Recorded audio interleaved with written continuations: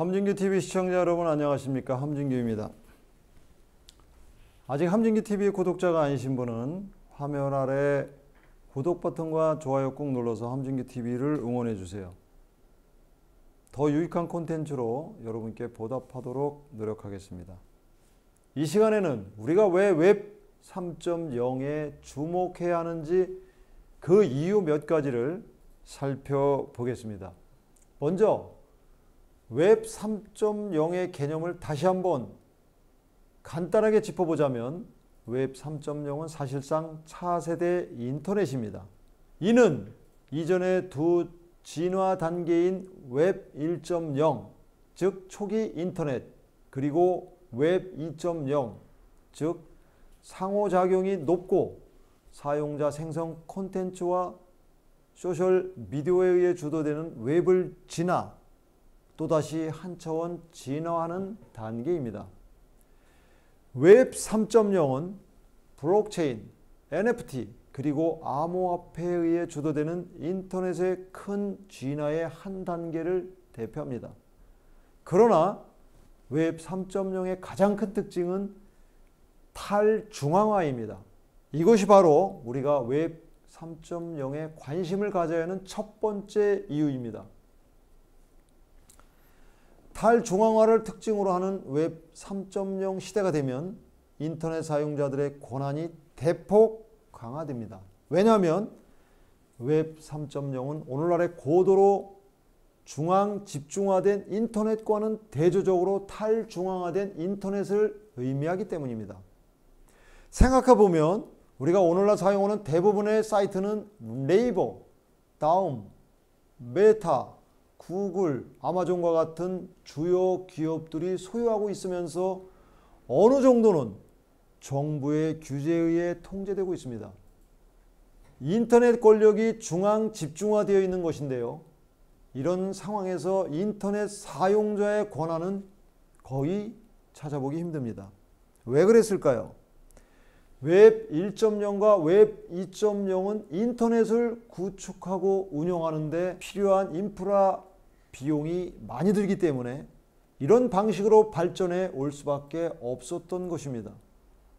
그래서 인터넷 기업들은 사용자들에게 서비스 이용료를 받거나 기업들로부터 광고비를 받거나 사용자들의 값진 개인정보를 수집하여 이를 이용함으로써 투자 비용을 회수하고 이윤을 남깁니다.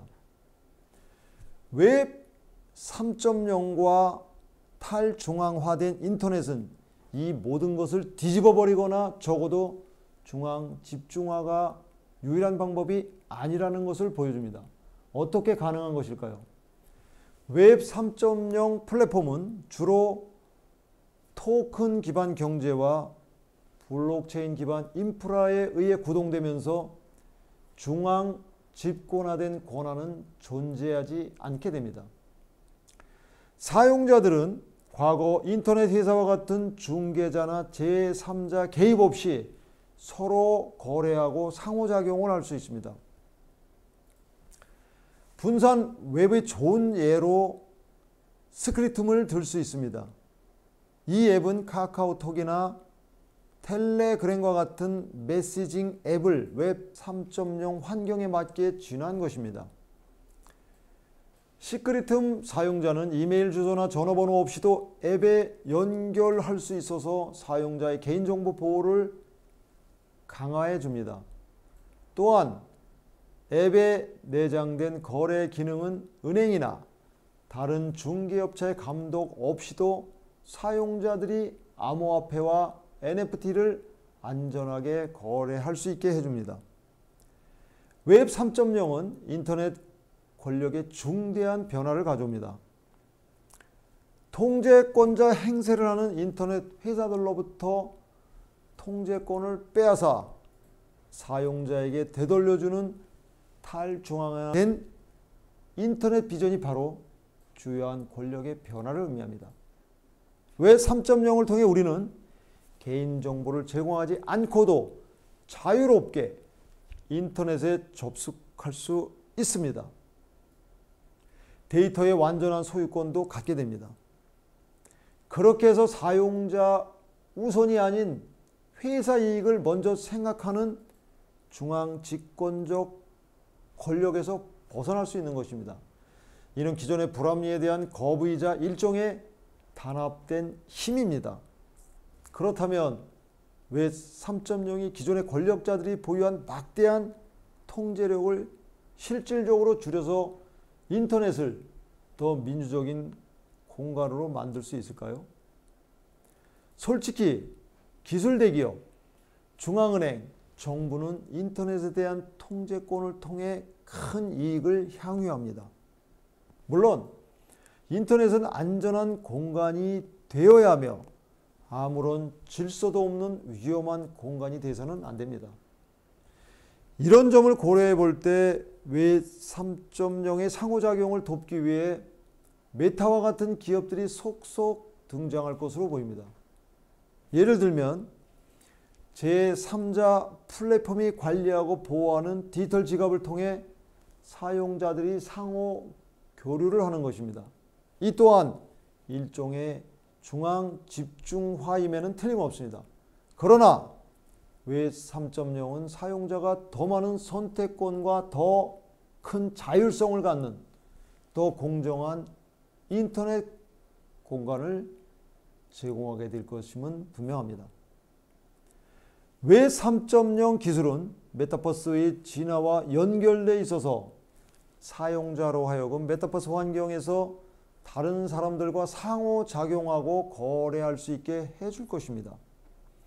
예를 들어 NFT와 블록체인은 모두 웹 3.0 기술인데요. 디지털 예술, 디지털 땅 혹은 디지털 스니커 등 메타버스에서 디지털 자산을 소유하고 거래할 수 있게 해줍니다. 암호화폐는 메타버스에서 경제와 통화체계의 기초를 형성할 것입니다. 그리고 결국 메타버스의 일부가 될 많은 가상세계들은 블록체인 위에 구축되어 있습니다.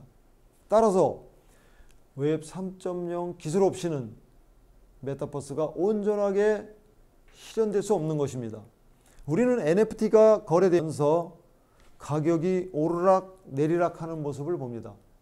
그러나 NFT를 자산 소유를 나타내는 디지털 토큰으로 본다면 NFT가 기껏 만화에 나오는 동물 이미지나 거래하는 것이 아닌 훨씬 큰 가치를 제공할 수 있다는 것을 짐작할 수 있습니다. 전문가들은 유틸리티로서의 NFT가 이벤트 티켓과 같은 현실 세계의 아이템과 자산 소유를 나타내는 데 사용될 것으로 전망하고 있습니다. 유명 페스티벌이 평생 입장권을 발행한다고 할 때 그 티켓 하나를 구입한다고 해봅시다. 종이나 온라인 입장권을 평생 보관하는 것보다 NFT로 소유권을 갖고 있는 것이 훨씬 쉽고 안전합니다. 웹 3.0은 비즈니스에서도 어김없이 영향을 미쳐 기업의 운영에 변화를 가져오게 될 것입니다. 기업의 입장에서 가장 혁신적인 웹 3.0 기술은 의심의 여지 없이 블록체인입니다.